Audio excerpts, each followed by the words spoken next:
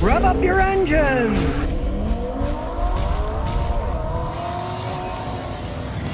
A lot of people like Honda Accords. Here's a perfect example. It's got 234,000 miles. He bought it with like 114, put all those other ones on, and it still runs pretty good.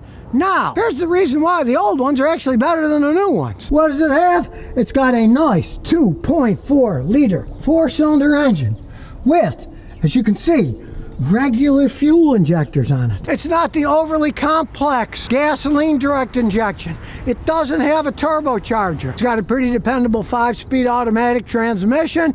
These things can run forever. Here's the transmission fluid, as a matter of fact, and he said it looked like new anyway. It didn't wear all that much. Now, this isn't the modern one. This is not a 1.5 liter turbocharged direct injected monster that has oil dilution problems. It's a big 2.4 liter 4 with regular injections, and these things can basically run forever if you change the oil regularly in them. As can the 6-speed automatic transmission. He lost his hubcaps a long time ago, but it's still going down the road. Now, the advantage of having these steel wheels are, these are still the original wheels. They can last a long time. The LI rims will chip, bend, break. Steel wheels actually tend to last longer. And if they get dented, you can get a hammer, you can bash them back in place. Try that with an alloy and watch it crack into a million pieces, right? Sometimes old, simple things are better than the new, expensive, fancy ones. AutoZone got a set of 4 hubcaps cheap enough if you want to. Now, he's had really good luck with it. He uses it to drive it all over. He's using it for Uber. His wife did this. Don't blame him. She ran into something and kind of crunched it up there. You can see. Who cares? Got a couple of screws holding it in. Hey, it's all just plastic anyway. Now, here's the story that goes with this car. He bought it when he was going to college, right? His friend at the same time said, I want a BMW. He warned her. He said, no, you should watch this guy, Scotty. He says, don't buy BMWs. Well, his friend didn't listen to either me or him and bought the BMW, and 15,000 miles later he gets a phone call and the guy says, come pick me up. He tows his BMW to the shop, the engine locked up on it. So, if you don't listen to me, you have the prerogative of doing whatever you want. But if you value your money, you might listen to me. He did, and 120, 30,000 miles later, this thing's still running like a clock down the road, while the other one, years ago, went to the junkyard. That's got a lot of miles on it. So, we'll hook the old computer up, and we will see what kind of shape it's in. As we can see, check it out, 234,578 miles. It's beeping, so it's doing its thing. Do a standalone diagnosis of it. Manual seats. Hey, they don't break. It's a USA Honda Accord 2012. Now it's a little bit older. We can still do a topology scan, so we'll do that. And while it's doing it, the dash is still in good shape. The roof's getting that Arab tent deal here. Ready for a tent out in the desert, but that's what happens to Hondas. A lot of room in the back. Seats are fabric seats. They're still in excellent shape. Very comfortable. Older, it's better. Check it out. A real handbrake, not this electronic crap. Bells and whistles work. The windows are all up and down. They have made and sold millions and millions of these Accords in Ohio and sold them all to the United States. It is one of the most dependable cars they ever used to make before they started putting smaller engines and turbocharging them. And now it's all done. There's 7 trouble codes, but a lot of them are stuff we don't even care about. The ABS system. They get this old half the time. That stuff doesn't work anymore. We'll see what the code is. Central control unit quits communication above 30 miles an hour. I don't expect this ABS stuff to be working these old things anyways. Speed wheel sensors aren't working. Everything gets old. This thing's been in a wreck. I'm sure the speed sensors have been broken from them wrecking. They didn't fix any of it. We'll erase them, but I'm sure a bunch of them will come back because, guess what?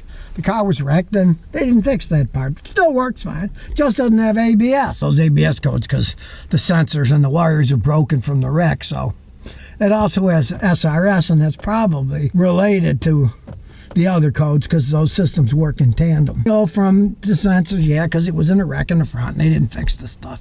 We'll erase it, but the codes will keep coming back because when it was wrecked, obviously that stuff was damaged and wasn't fixed.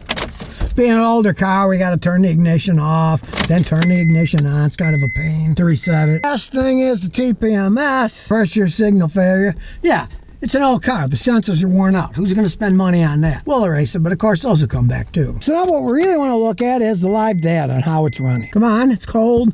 The machine doesn't like working when it's cold, but it's going now. We will go to live data. And we'll start her up. Starts right up. Black is good, red is bad. Half sensor data looks good. Through all these data, see if anything is all still black and good. Air fuel ratio is good. Fuel time's pretty good. I mean, hey, it's only 1.08. 1.0 is perfect, so it's pretty close to perfect. Even shows you the pressure on rocker arm control. All the knock sensor data, that's all good. Now you'll often see this. Maximum engine speed, it's 0, right? It can be 5,000 to 60,000. That's just nonsense. These Hondas often read like that for some weird reason. It revs up fine, right? And 0 is ridiculous. It's just a software anomaly with these things. You can see the cylinder misfire 0 across the board. Camshaft sensors working. Go for a spin. It idles nice and smooth. We'll take it out to Tobacco Road. Tire pressure gauging knows the monitor system doesn't work. Doesn't cost much for one of those. Just check it every once in a while. Now, with all the mileage this car has on it, I can hear the wheel bearings are a little bit worn. They're not outrageous, and they might go for years before they finally go. But I can hear a little woo woo woo. Of course, they're going to be worn. You know, it's pushing 250,000 miles.